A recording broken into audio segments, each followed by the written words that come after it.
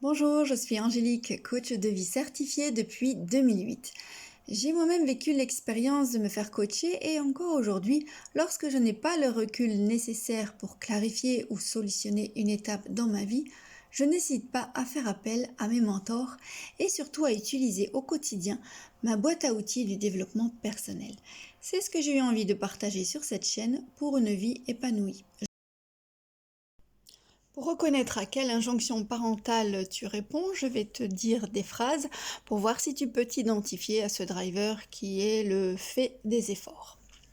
Alors ce sont des messages que tu as entendus durant l'enfance et ce sont des phrases telles que tu n'as plus rien à faire, tu n'as rien d'autre à faire, allez, fais des efforts, donne-toi un peu de mal, c'est pas pour les efforts que tu as fournis que tu passes dans la classe supérieure.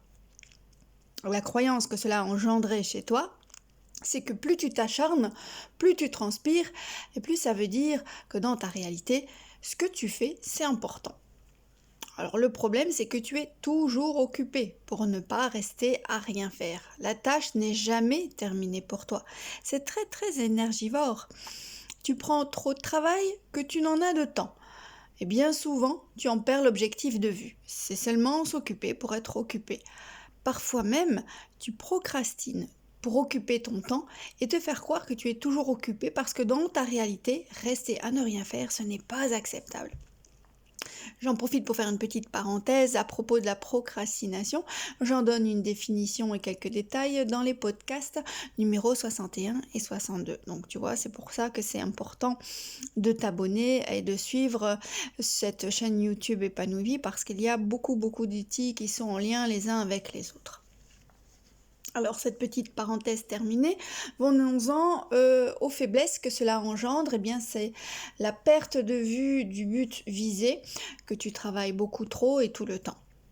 Bien entendu, pour cela, tu as développé des qualités. Donc ça, là, il faut bien que tu les gardes, surtout. Donc c'est la persévérance, mais dans le sens que la vie, c'est une lutte pour s'en sortir.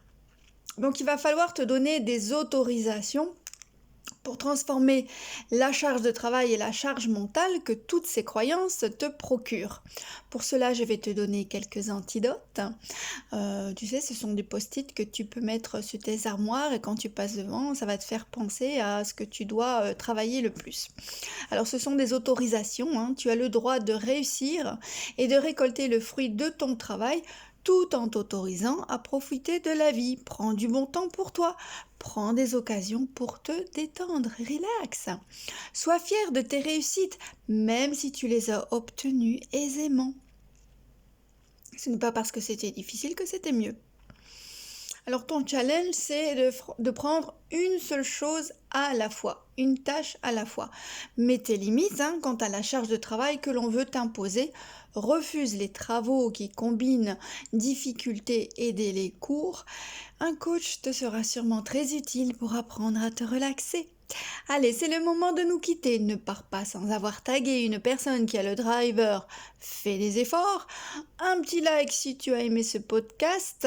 Ça fait toujours plaisir. Partage cette ressource au plus grand nombre pour faire vivre notre communauté d'une vie épanouie. À très bientôt et coachement vôtre.